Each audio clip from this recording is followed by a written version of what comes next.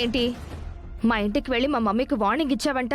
ఓహో, మీ అమ్మ ఆల్రెడీ నీకు ఫోన్ చేసి ఆ బాధని నీతో షేర్ చేసుకుని ఏడ్చిందా? ఏం మాట్లాడుతున్నావే? అదే నేను అడుగుతున్నాను.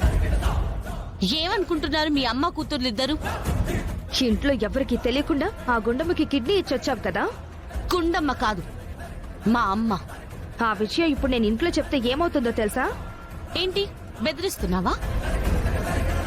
చెప్పు, వెళ్ళి చెప్పు.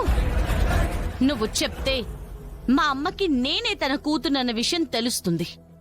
నాకు హెల్ప్ చేసిన దానివి నువ్వే అవుతావు. చెప్పు, వెళ్ళు. చూడు, నువ్వు నన్నేమీ చేయలేవు. నేను మా అమ్మ కోసం కిడ్నీ ఇచ్చానన్న విషయం తెలిస్తే ఇంట్లో నుంచి అత్తయ్య వాళ్ళు నన్ను గెంటేస్తారు. కానీ నేను కూతుర్ని అని తెలిసిన తర్వాత మా అమ్మ ఊరుకుంటుందా? గుండం అంటే ఏంటో తెలుసు కదా, తను రంగంలో దిగితే ఎలా ఉంటుందో తెలుసు కదా. నా విషయంలో తప్పు చేస్తే ఒక్కొక్కరికి మోత మోగించేస్తుంది. కాబట్టి తెలిసినా తెలియనట్టుండు. అరవాలనిపించినా నోరు మూసుకొనుండు. అక్కడ మీ అమ్మ వల్ల మా అమ్మకు కానీ, ఇక్కడ నీ వల్ల నాకు కానీ ఏ ఇబ్బంది కలిగినా మీ అమ్మ కూతుర్లిద్దరిది చాప్టర్స్ ముగించేస్తా. ఏదో సొంత చెల్లివి కదా అని ఊరుకుంటున్నాను.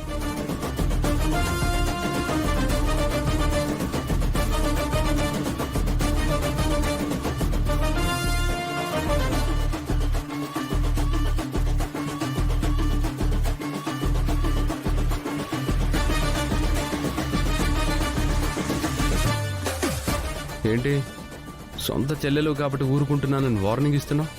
ఏమైంది? ఏం లేదండి, తను నా చెల్లెలే కదా. అంటే తోడికోడళ్ళం కదా. తోడికోడళ్ళం అంటే వరుసకు అక్క చెల్లెళ్ళం అవుతాం కదా, అదే చెప్తుంది పల్లవి. అక్క చెల్లెల సంగతి పక్కన పెట్టు, వార్నింగ్ ఎందుకు ఇస్తుంది? అయ్యో, వార్నింగ్ కాదండి. తోటికోడలమన్న తర్వాత చిన్న చిన్న మాట పట్టింపులుంటాయి కదా, దాని గురించి మాట్లాడుకుంటున్నాం. ఏం మాట్లాడుకుంటారు? కాలేజీలో చూస్తే కాలేజీలోనూ గొడవ పడతారు, ఇంట్లో చూస్తే ఇంట్లోనూ గొడవలు పడతారు.